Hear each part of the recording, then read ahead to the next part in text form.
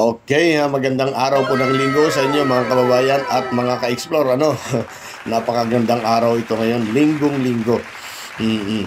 At bago tayo magpatuloy, gusto ko munang makiusap muli sa ating mga bagong viewers dyan. Huwag nyo naman po sanang kalimutan na mag-subscribe, paki-like na rin po yung video at kung hindi kalabisan, pwede nyo naman pong i-share. Maraming salamat po. Sa mga hindi po nakakaalam, ito po yung pangalawang taon, eksakto itong araw na ito, June 30. Pangalawang taon na po ng ating Pangulong Bongbong Marcos. Ayan. Kaya bago tayo magpatuloy sa ating pag-uusapan, babatihin muna natin ang ating Pangulong Marcos Jr. ng isang napakaganda at matagumpay na paglilingkod sa bayan. Sa mga ipinakitang katatagan, katapatan at kabutihan,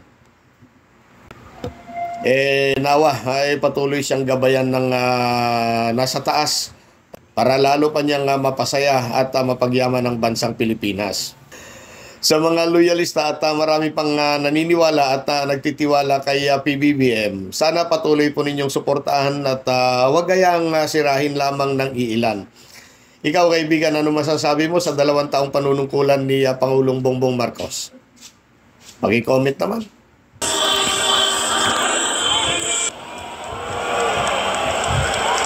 Mga kababayan, alam nyo ba na naging lalong matatag ngayon ang Partido Federal ng Pangulong Bongbong Marcos dahil sumanib na rin dito yung National Unity Party.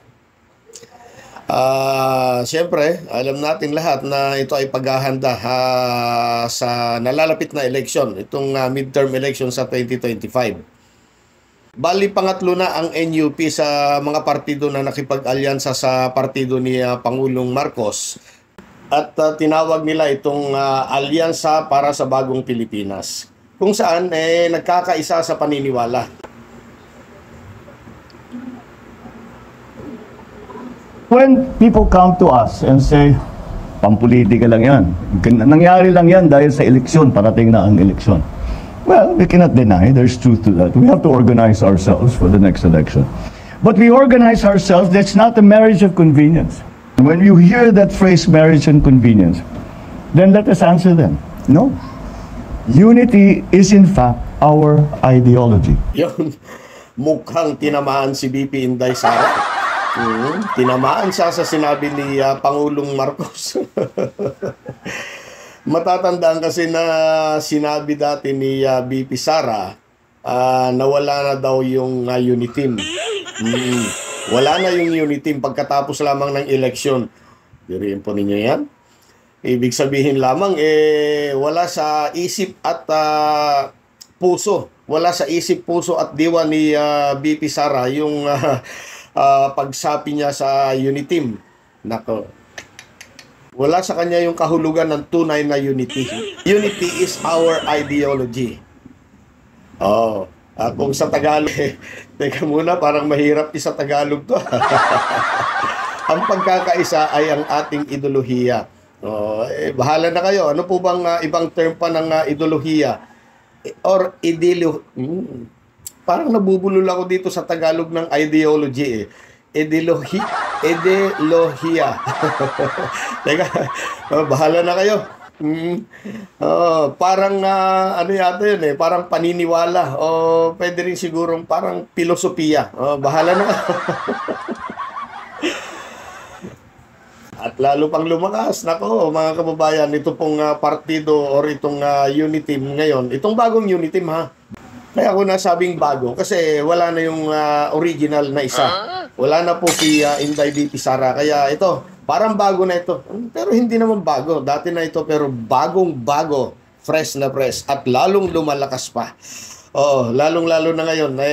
Itong governor ng Cebu na si Governor Gwen Garcia nagpahayag or nagbigay na ng full support. Hindi lang full support Ito ay tinawag niyang extraordinary unity. Solid na stronger pa ang Cebu. Mga Cebuano, mga Cebuana dyan, congratulations.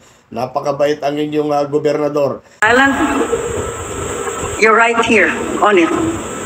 It is called Cebu. Too often we dream of unity. We speak of unity, and yet somehow we fail to achieve it. But not so in this beautiful, charming island of Cebu. There's an extraordinary unity with a man who called for unity. Well, Mr. President, our delegates, we just had a crash course on Philippine politics. May I now say that the unity that we proved in that historic year and historic election of 2022 is now stronger than ever right here in this island of Cebu. At para naman sa mga hanggang ngayon hindi pa maka-move on, na sigaw pa rin ng sigaw ng kung ano-ano dyan na paninira sa ating Pangulong Bongbong Marcos, tumigil-tigil na po kayo at wala, mamamaos lang po kayo sa kasisigaw, wala pong mangyayari. Hindi na kayo pinapansin ng ating Pangulo. Sayang lang ang inyong mga effort. Yun lamang po. Maraming salamat sa panonood. Magandang umaga po muli sa inyo.